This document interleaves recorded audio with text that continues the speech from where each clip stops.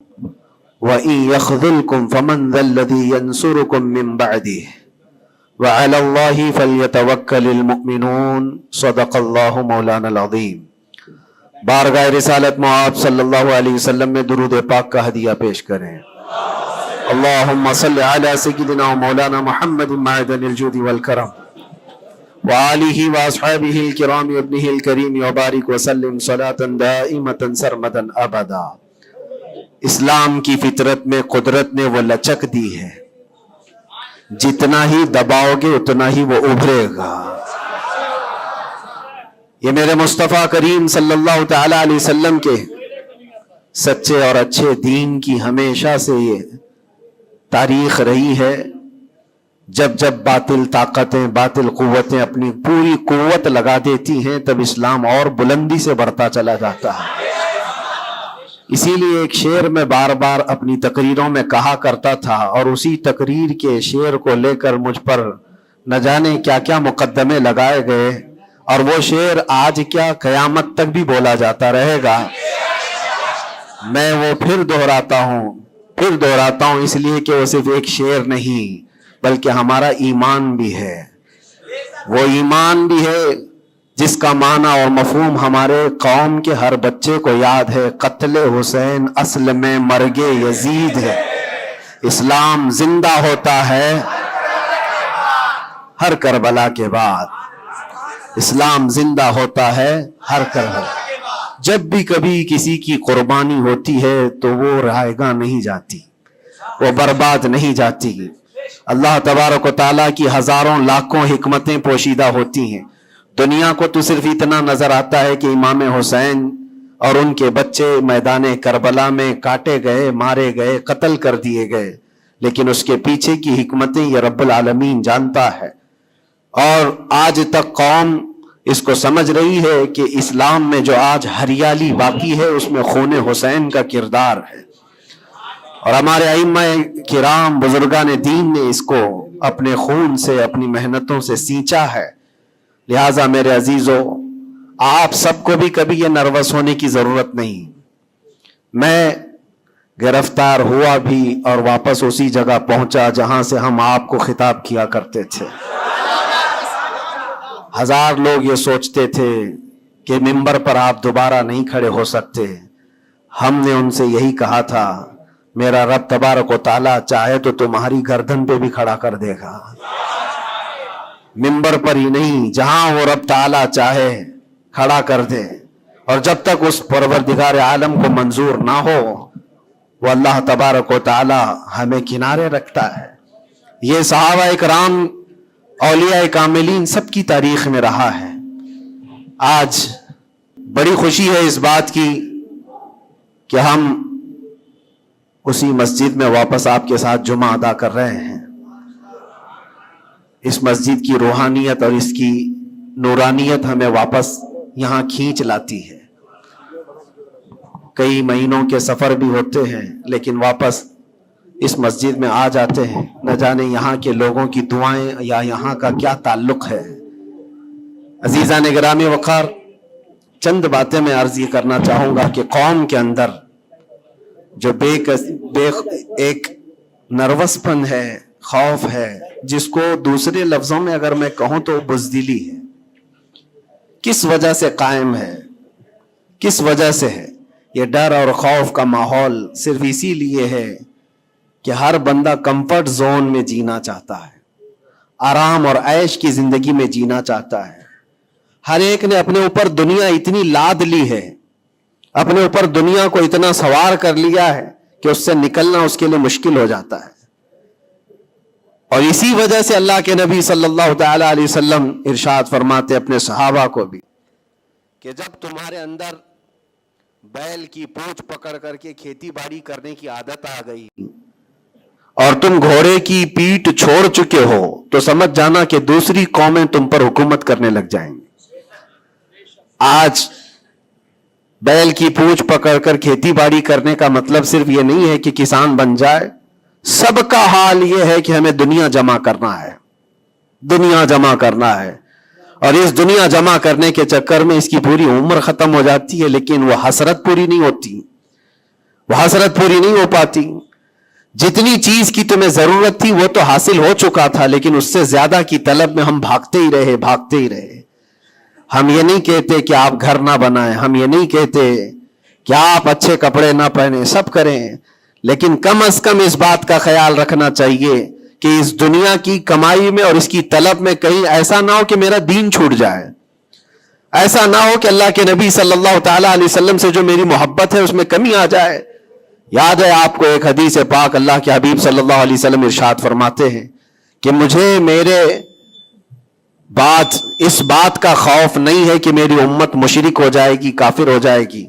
حضور پاک صلی اللہ علیہ وسلم فرماتے مجھے اس بات کا ڈر نہیں ستاتا کہ میری امت مشرک ہو جائے گی, کافر ہو جائے گی, مگر اس بات کا اندیشہ لگا رہتا ہے کہ میرے بعد تم پر دنیا پھیلا دی جائے گی اور دنیا سمیٹتے سمیٹتے تم اللہ اس کے رسول کو بھول جاؤ گے. آج وہ حالات ہیں میرے عزیزوں, سب کے وہی حالات ہیں. اکثر کی بات میں کہہ رہا ہوں, میں جب بھی کوئی گفتگو کروں تو اس کو میری فضیلت بیان کرنے پر محمول نہ کریں کہ میں اپنی بڑائی بیان کر رہا ہوں. میرے عزیزوں, ان حالات کو بھی ہم دیکھ کر کیا ہے کہ اندر جانے کے بعد ایک چیز دماغ میں گونجتی تھی, کیا بتلاؤں میں نے کیا کیا دیکھا. کھوٹا سکہ چلتے دیکھا, الٹی گنگا بہتے دیکھا, چھوٹے چھوٹوں کی بات تو چھوڑو, بڑے بڑوں کو ننگا دیکھا. اور حالات تو وہاں کے ایسے, یہ ساری چیزیں سکھا دیتی ہیں. اور پھر اس بات کا خیال آتا ہے کہ امت آج کن مسائل میں گھری ہوئی ہے, جبکہ طوفان اندر انتظار میں ہے تباہی کے لیے. ہم جن مسائل میں گھرے ہوئے ہیں اس کو دیکھ کر کے پھر ڈر لگتا ہے. علماء کے مسائل, پیران اعظام کے مسائل, جماعتوں کے مسائل, چھوٹی چھوٹی باتوں پر ہم کورٹ کچہری کے چکر کاٹتے رہتے ہیں, مسجدوں کے مسائل, لیکن جبکہ دشمن نے کہاں سے کہاں تک تمہارے لیے منصوبے بنائے ہیں.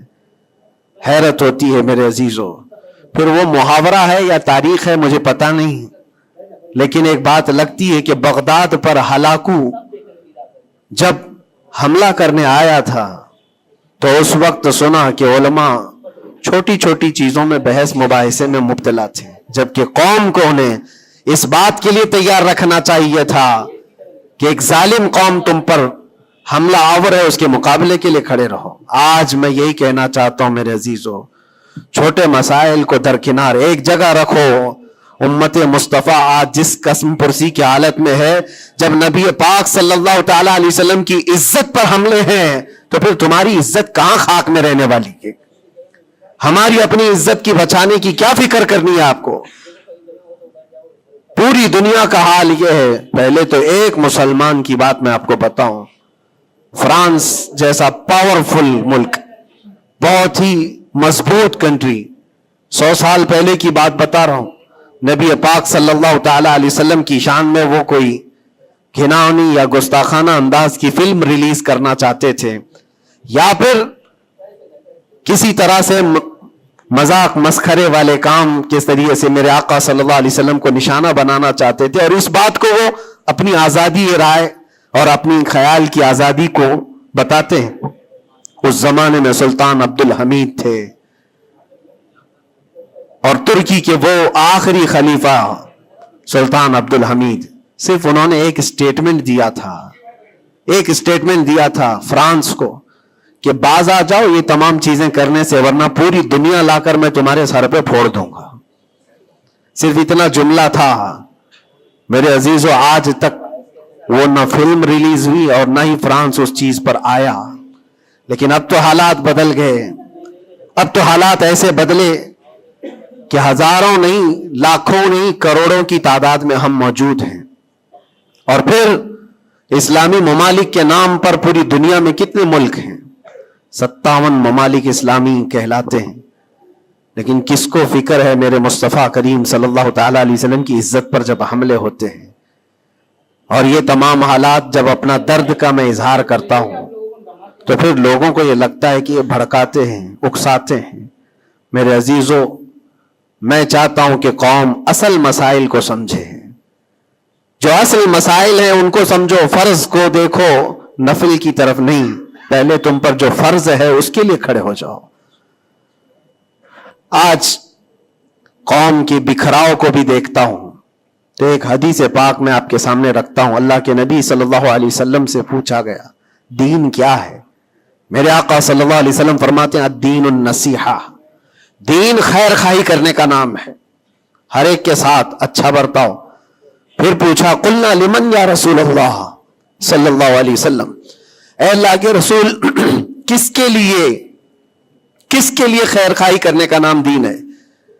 اللہ کے رسول صلی اللہ علیہ وسلم فرماتے ہیں للہ ولکتابہ ولرسولہ وللائمۃ المسلمین وعامتہم، اللہ کے لیے، اس کی کتاب کے لیے، اس کے رسولوں کے لیے، اور مسلمانوں کے جو امام ہیں یا ان کے حاکم ہیں، ان کے لیڈر ہیں، ان کے لیے، اور تمام مسلمانوں کے لیے اچھائی کا ارادہ کرنا، بھلائی کا ارادہ کرنا، اسی کا نام دین ہے. دین کو اللہ کے نبی صلی اللہ تعالی علیہ وسلم نے ان تمام چیزوں کے ساتھ لگا کر کے آپ کو بیان فرمایا. اور آج میں اس میں سے ایک ٹکڑا ہی اگر بیان کروں کہ الدین النصیحہ لائمۃ المسلمین وعامتہم، مسلمانوں کے امام، مسلمانوں کے جو لیڈر ہیں ان کے لیے اور عام مسلمانوں کے لیے خیر خواہی کرنے کا نام دین ہے. اور آج میرے عزیزو اس بات کی بہت زیادہ ضرورت ہے، بہت زیادہ ضرورت ہے. اجتماعی طور پر سب دیکھیں کہ ہمارا مفاد کس میں ہے، امت کا کام کس میں ہو سکتا ہے. اور ایک حدیث میرے آقا صلی اللہ علیہ وسلم فرماتے ہیں من اصبح ولم یہتم، حضور اکرم صلی اللہ علیہ وسلم فرماتے ہیں من لم یہتم بامرنا فلیس منا، جو اس حال میں صبح کیا کہ میری امت کا خیال نہیں کیا، حضور فرماتے وہ ہم میں سے نہیں ہے، وہ ہم میں سے نہیں ہے. کتنی صبح ایسی ہوتی ہیں جو تم صبح اٹھ کر کے سوچتے ہو کہ امت کا کیا ہونا ہے. یا آقا کریم صلی اللہ علیہ وسلم فرماتے ہیں جس نے میری امت کا خیال نہیں کیا وہ مجھ میں سے نہیں ہے، وہ ہم میں سے نہیں ہے. عزیزان گرامی وقار، ہر ایک کو ایک درد ستاتا ہے کہ کل کیا کھاؤں گا، کل کیا پہنوں گا، میرا گھر کیسے بنے گا، میری جاب کیسے لگے گی. لیکن ان غربائے امت کے لیے کون سوچتا ہے جو کاٹے جا رہے ہیں، مارے جا رہے ہیں، جن کے گھر اجاڑے جا رہے ہیں، ان کے بارے میں کبھی دل کے اندر نرمی آتی ہے؟ اگر تمام مسلمانوں کے دلوں کے اندر یہ نرمی اور یہ رحم ہوتا تو میرے عزیزو حالات ایسے نہیں ہوتے تھے، حالات ایسے نہیں ہوتے. صحابہ اکرام میں سے ایک مثال میں آپ کو بتا دوں کہ ہمارا دین آج جس کو ہم لے کر کے چل رہے کتنا بکھر گیا. سچ کہا تھا حالی نے کہ اے خاص ہے خاصان رسول وقت دعا ہے، امت پہ تیرے وقت جب آ کے پڑا ہے. جو دین نکلا تھا بڑی شان سے اپنے وطن سے، آج وہ پردیس میں غریب الغربا ہے. آج دین اسلام کو ہم نے اجنبی بنا کر رکھا ہے، ہمارے گھروں میں ہی نہیں ہے، ہماری ذات پر نہیں ہے. ہم تو پھر دوسرے کو کیا تانا دیں گے؟ آپ اسلام زندہ باد کا نعرہ لگاتے ہیں اور اب اسلام کی حقانیت کو بلند و بالا انداز میں بیان کرتے ہیں، سڑکوں پر آ جاتے ہیں. تمہیں سڑکوں پر آ کر احتجاج کرنے کی کیا ضرورت ہے؟ تم اگر اسلام کو اتنا ہی پسند کرتے ہو تو اپنی بیویوں پر کیوں نہیں اسلام پسند کرتے؟ اپنی بچیوں پر، اپنے گھر والوں پر اسلام کو کیوں نہیں پسند کرتے؟ انہیں بے پردہ باہر جب گھمایا جاتا ہے تب اسلام زندہ باد کا نعرہ کیوں نہیں؟ یہ شادی ہال میں کبھی جا کر دیکھیں، یہ پارٹیوں میں جا کر دیکھیں، اندازہ بھی نہیں ہوتا کہ یہاں مسلمانوں کا جم غفیر ہے. میرے عزیزو ایک حدیث عرض کرتا ہوں، حضرت ابو دردہ رضی اللہ تعالیٰ عنہ سے منسوب ہے. حضرت عمر فاروق رضی اللہ تعالیٰ عنہ کا زمانہ خلافت ہے اور عادل کے وہ بادشاہ ہیں. بیٹھے ہوئے تھے، ایک شخص کو پکڑ کر لایا گیا عدالت میں، کہا گیا کہ اس نے قرض لیا ہے اور یہ دیتا نہیں ہے. تو جو قرض خواہ تھے وہ بھی صحابی تھے، انہوں نے کہا کہ یہ اجنبی آدمی مدینے کا تو ہے نہیں، لیکن میں نے اس کو پیسے دیے تھے، یہ واپس نہیں لوٹاتا اور آئیں کائیں کرتا رہتا ہے، بہانے بناتا ہے. حضرت عمر فاروق رضی اللہ تعالیٰ عنہ نے اس اجنبی شخص سے کہا اب تم کیا کہنا چاہتے ہو؟ تمہیں قید میں ڈال دیا جائے گا، تم اس کے پیسے ادا کرنا چاہتے ہو یا نہیں؟ اس نے کہا مجھے 2 دن کی مہلت چاہیے. میں جاؤں گا اور لا کر کے واپس اس کی رقم ادا کر دوں گا جو مجھ سے تقاضا کر رہے. حضرت عمر نے کہا کہ تو جائے گا یہاں سے چھوڑ کر اور واپس آئے گا نہیں آئے گا اس کا کیا بھروسہ؟ کوئی ہے تیری جو ضمانت لے گا؟ یہاں پر کورٹ بھی جب ہمیں بیل لیتی ہے تو ایک ضامن کھڑا کرتی ہے کہ اس کی ضمانت کون لیتا ہے. تو یہ تو پرانا دستور ہے. آپ نے پوچھا کوئی ہے تیری ضمانت لے گا؟ اگر تو نہیں آئے گا تو ہم اس کو پکڑیں گے. اس نے مجمع میں دیکھا کوئی اس کی پہچان والا تو ہے نہیں. تھا تو یہ مسلمان لیکن اس کے گہرے تعلقات کسی سے ہے نہیں. نظر ڈالا, اس نے کہا میں کسی کو پہچانتا نہیں اس میں سے, اور کون میری ضمانت لے گا؟ صحابہ اکرام بیٹھے ہوئے تھے, سب تو جانتے ہیں کہ ایک اجنبی ہے اور بھاگ گیا تو آئے گا نہیں. لیکن اس کے باوجود ایک صحابی ہیں حضرت ابو درداء, کھڑے ہوتے ہیں, کہتے ہیں امیر المومنین میں اس کی ضمانت لیتا ہوں, میں اس کی ضمانت دیتا ہوں. کہا تم جانتے ہو اس کو؟ کہا جانتا تو نہیں, اتنا ہے کہ یہ مسلمان ہے, اتنا ہے کہ میرے آقا صلی اللہ تعالی علیہ وسلم کا غلام ہے. کہا کہ اگر یہ واپس 2 دن کے اندر نہیں آیا تو ابو درداء نے کہا امیر المومنین آپ مجھے گرفتار کر سکتے ہیں, میں اس کی جگہ پر قید میں چلا جاؤں گا. تو آپ نے لکھوا دیا اور اس شخص کو چھوڑ دیا, جاؤ 2 دن کا تمہارے پاس ٹائم ہے, لوٹ آ جاؤ. وہ چلا گیا. لوگوں میں تو یہی مشہور تھا, ایک بار جو چھوٹ گیا وہ عدالت سے واپس کہاں آتا ہے, کب وہ کسی کے شکنجے میں آئے گا. 2 دن کا وقت گزر گیا اور شام ہو گئی, وہ آیا نہیں. مغرب کا وقت تھا, اس سے پہلے امیر المومنین نے کہلا بھیجا کہ ابو درداء سے کہو کہ اپنی گرفتاری دے دے, جس کی وہ ضمانت لیا تھا وہ آیا نہیں ہے. عدالت پھر سے لگی. قرض خواہ جنہوں نے قرض دیا تھا وہ بھی تھے, اور حضرت ابو درداء کو لایا گیا, کہا کہ میں تیار ہوں. وہ نہیں آیا, لیکن ابھی عدالت ختم ہونے سے پہلے دیکھا کہ وہ شخص واپس لوٹ آیا, مال بھی لے کر کے آیا, اور کہا کہ امیر المومنین مجھے تاخیر ہو گئی, میں معافی چاہتا ہوں, راستہ ایسا تھا ویسا تھا, لیکن میں لوٹ آیا اور جس کی یہ امانت ہے وہ واپس کرتا ہوں. حضرت عمر فاروق رضی اللہ تعالیٰ عنہ نے فرمایا ٹھیک ہے, جس کا قرض ہے, جس کے تم نے لیے تھے اس کو لوٹا دو. اس نے جب وہ قرض خواہ جو صحابی تھے ان کو لوٹانے کی بات کی کہ آپ کی امانت آپ لے لیں, تو وہ کھڑے ہوئے اور کہا کہ میں معاف کر دیتا ہوں, جو تو نے لیا تھا اس کو میں نے معاف کر دیا, جاؤ. تو حضرت عمر فاروق رضی اللہ تعالیٰ عنہ فرماتے ہیں کہ پھر یہ مجلس دیکھی تو اس اجنبی شخص سے پوچھا تو چاہتا تو بھاگ جاتا, تو چھوڑ کر چلا جاتا, واپس نہیں آتا تو کون پکڑ کر لاتا, تو کس علاقے کا ہے یا کہاں جاتا, واپس کیوں آیا؟ جانتے ہو اس نے کیا جواب دیا؟ امیر المومنین آپ سچ کہہ رہے ہیں, میں ایسی جگہ چلا جاتا جہاں سے لوگ مجھے پکڑ کر نہ لاتے, تھوڑی سی رقم ضرور تھی, میں بچا کر کے چلا جاتا, لیکن دل میں یہ خیال آیا کل کو دنیا یہ کہے گی رسول اللہ کے غلام دھوکے باز ہوتے ہیں, کہیں اللہ کے نبی صلی اللہ تعالی علیہ وسلم کے اوپر کوئی انگلی نہ اٹھائے کہ حضور کا غلام ایک مسلمان دھوکہ دیتا ہے. اس لیے میں واپس لوٹ آیا, میرے لیے دنیا حقیر ہے, میرے مصطفیٰ کی نسبت بہت بلند ہے. امیر المومنین نے ابو درداء سے پوچھا کہ اے ابو درداء, تم ایک اجنبی شخص کی ضمانت لینے کو تیار ہو گئے, تمہارے اندر کیا جذبہ آ گیا ایسا؟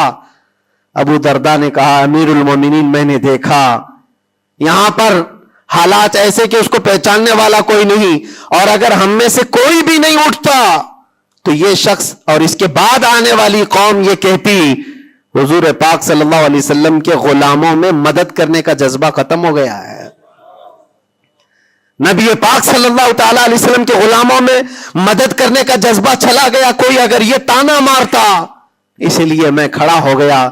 زیادہ سے زیادہ کیا ہوتا کہ میں قید میں چلا جاتا, لیکن میرے نبی کی ذات پر کوئی انگلی تو نہیں اٹھا سکتا. حضرت امیر المومنین نے اس صحابی سے پوچھا تم نے قرضہ معاف کیوں کر دیا؟ اور عدالت میں مقدمہ کیا تھا, معاف کرنا تھا تو پہلے کر دیتے. آپ نے کہا کہ میں اس کو پہلے پہچانتا نہیں تھا, لیکن یہ جب 2 دن کا موقع لے کر گیا بھی اور واپس لوٹ آیا بھی, تو امیر المومنین میرا تو یہ حق بنتا ہے کہ میں اس مسلمان کا قرض معاف کر دوں, اس لیے کہ میرے دل میں بھی یہ خیال آیا کہ اگر میں معاف نہ کرتا تو کل کو دنیا یہ کہتی کہ رسول اللہ کے غلاموں میں معاف کرنے کا جذبہ بھی چلا گیا. یہ ہے پورا دین, یہ ہے پورا دین. ایک دوسرے کو معاف کرنے کا جذبہ, ایک دوسرے کی مدد کرنے کا جذبہ اور وعدے کو مکمل کرنے کا جذبہ, یہ کل ملا کر کے دین بنتا ہے. عزیزان گرامی وقار, آج جن حالات سے ہم گزر رہے ہیں, ہمارے درمیان نفرتوں کی دیواریں کھڑی ہیں, ایک دوسرے کو سلام کرنے سے بھی کتراتے ہیں, جبکہ مسجد کی صفوں میں شانے سے شانہ لگا کر کھڑے ہوتے ہیں. پھر وہ کون سا جذبہ ہے جو مر گیا ہے یا ختم ہونے کو آ گیا ہے؟ زندہ کرو.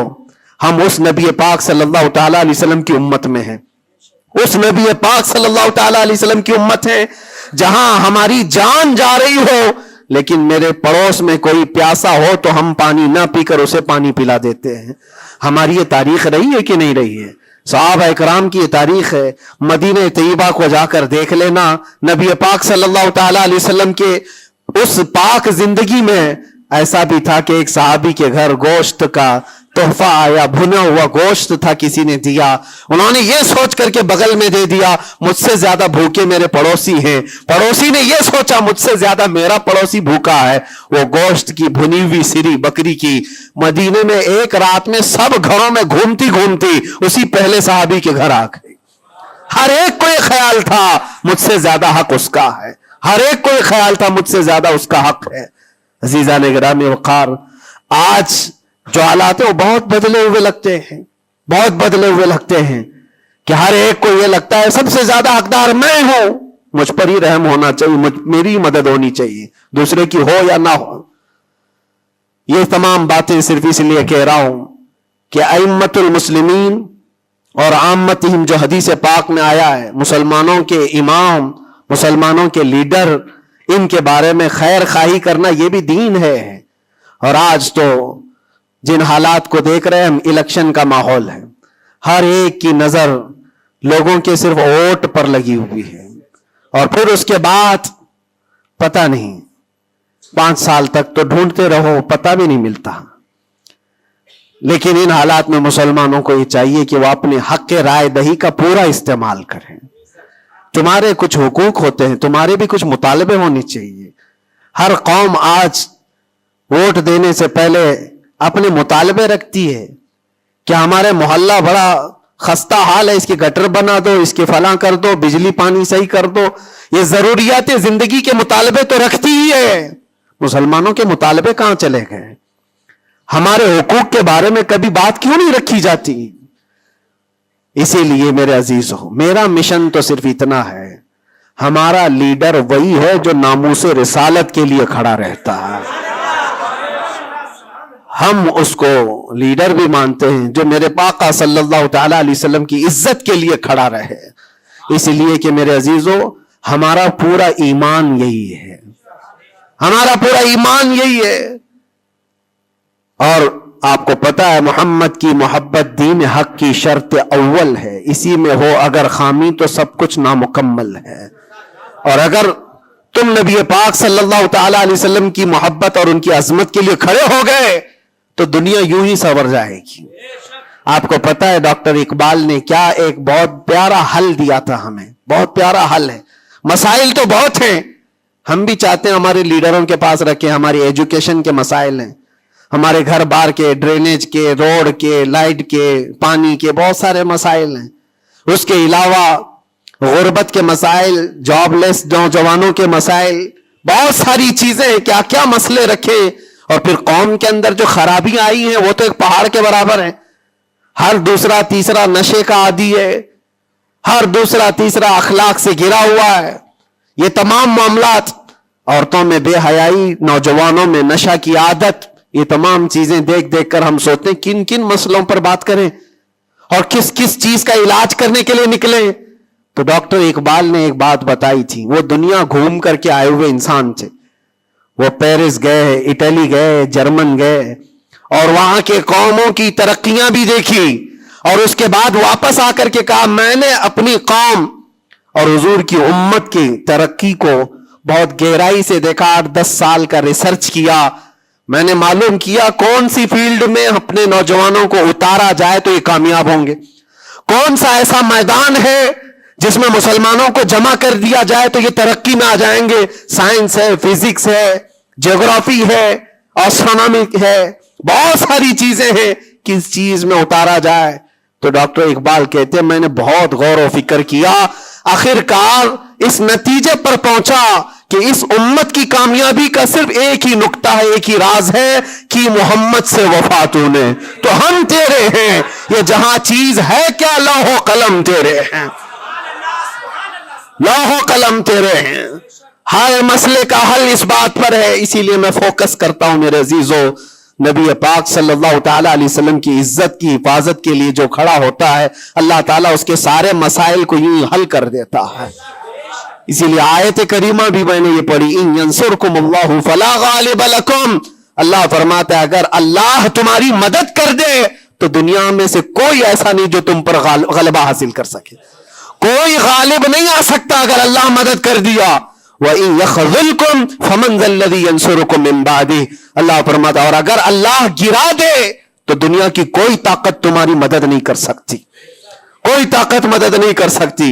ایک بات، بہت ساری چیزیں ہم نے سیکھی ہیں، جیل کے اندر کے حالات انشاءاللہ کبھی طویل داستان پوری میں بیان کروں گا، لیکن ایک بندے کو دیکھا تھا، اس کے گھر والے بھی چھوڑ چکے سب، اس کو چھوٹا سا ایک کیس ہے لیکن جیل کے اندر اس کی ضمانت ہوتی نہیں، گھر والے کرانا چاہے تو ہو جائے 4 دن 5 دن میں، لیکن کوئی چاہتا نہیں، تھوڑا سا مانسک سنتولن بگڑتا چلا گیا، دماغی توازن کھونے لگا۔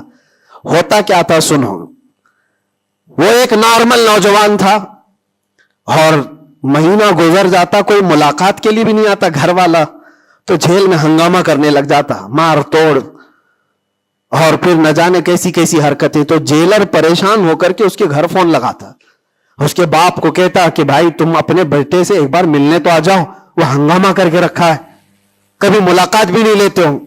اس کا باپ آیا، آ کر کے ملاقات لیا، اور بیٹے نے پوچھا کہ کب چھوٹ رہا ہوں میں، کب نکلوں گا میں؟ کہا بیٹا اس منڈے کو جو ہے تمہاری ضمانت ہو جائے گی، یہ منڈے کو رکھا ہے، ہو جائے گی۔ کہا اچھا ٹھیک ہے۔